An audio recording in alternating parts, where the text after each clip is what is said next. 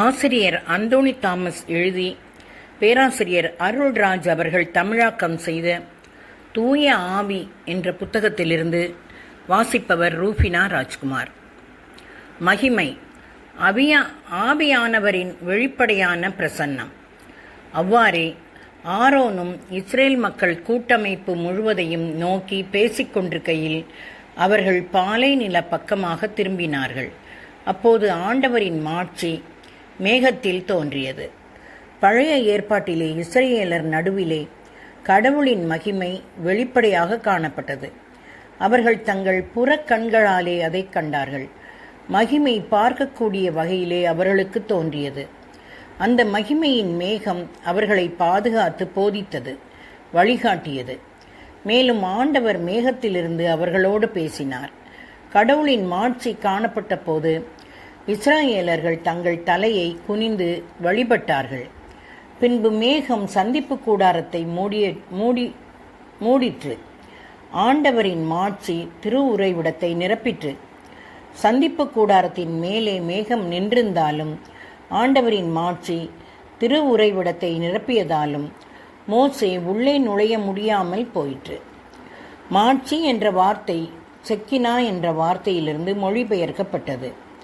Shekinah என்ற வார்த்தைக்கு கடவுளின் வெளிப்படையான பிரசன்னம் என்பது பொருள். மாட்சி என்ற வார்த்தை டோஜா என்றும் அழைக்கப்படுகிறது. அப்படியென்றால் வெப்பத்தை வெளிவிடும் கதிர் என்பது பொருள். சூழ்ந்திருந்த ஒளியும் கார்கால மேகத்தினிடையே காணப்படும் வானவில் போன்று தோன்றியது.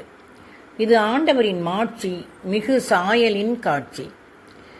எசையா 1வது அதிகாரம் 28வது வசனம்.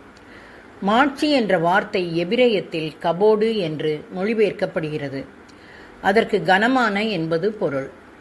எக்காலம் ஊதுவோரும் பாடகரும் இணைந்து ஒரே குரலில் ஆண்டவருக்கு மாட்சியும் நன்றியும் செலுத்தினர். அவர்கள் எக்காலம் ஊதி கைத்தாளம் கொட்டி இசைக்கருவிகளை மீட்டி ஆண்டவர் நல்லவர், என்றும் உள்ளது அவர்தம் இரக்கம் என்று ஒரே குரலில் ஆண்டவருக்கு புகழ் இசைத்தனர்.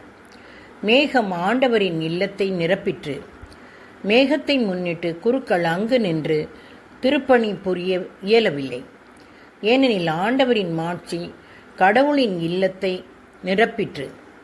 இங்கு பாருங்கள், பிரசன்னமான மேகத்தின் கணத்தினால் ஆண்டவரின் மாட்சி இல்லம் முழுவதும் நிரம்பினதால் குருக்கள் அங்கு நின்று திருப்பலி புரியவில்லை. அவரின் மகிமையின் மேகத்தில் அவர் பிரசன்னமாயிருந்ததால் பார்க்கக்கூடிய வகையில் அவரின் பிரசன்னத்தை உணர முடிந்தது. அவரின் மாட்சி நேர்த்தியானது, கனமானது, தொட்டு உணரக்கூடியது, நறுமணம் வீசக்கூடியது, சப்தம் உள்ளது. தொடர்வோமா நண்பர்களே?